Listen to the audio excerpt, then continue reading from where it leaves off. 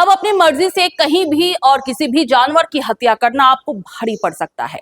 जी हाँ, जेल की हवा भी खानी पड़ सकती है, क्योंकि अब बंगाल में एनिमल स्लॉटर के नियम पूरी तरह से बदल दिए गए हैं।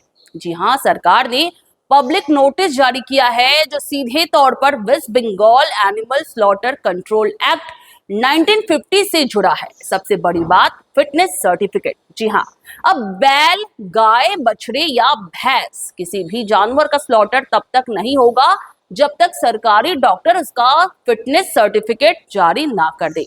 और ये सर्टिफिकेट हर किसी को नहीं मिलेगा। इसके लिए सरकार ने सख्त शर्तें रखी है। जानवर की उम्र कम से कम 14 साल होनी चाहिए, या फिर वो जानवर खेती और ब्रीडिंग यानी कि प्रजनन के लायक ना बचा हो, या किसी लाइलाज बीमारी से तड़प रहा हो। जब तक डॉक्टर साहब लिखकर नहीं देंगे, तब तक जानवर की हत्या कानूनी रूप से अपराध होगा।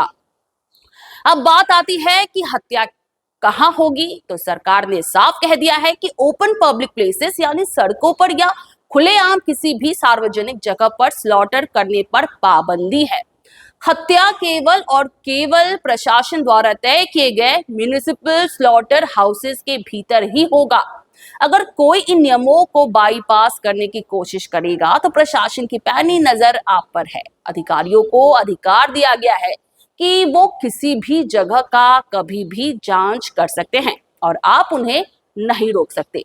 लेकिन अगर किसी को सर्टिफिकेट नहीं मिला तो घबराइएगा बिल्कुल भी नहीं, क्योंकि कानून में अपील का रास्ता भी है। अगर आपको सर्टिफिकेट देने से मना किया जाता है तो आप 15 दिनों के भीतर राज्य सरकार के पास अपील कर सकते हैं। पर ध्यान ये भी रहे कि अगर आपने चोरी, छिपे या नियमों के खिलाफ जाकर जानवर की हत्या की तो अंजाम बुरा हो सकता है। ये एक कॉग्निजेबल ऑफेंस है, यानी आपको 6 महीने की जेल की सजा हो सकती है, जुर्माना लग सकता है या फिर दोनों।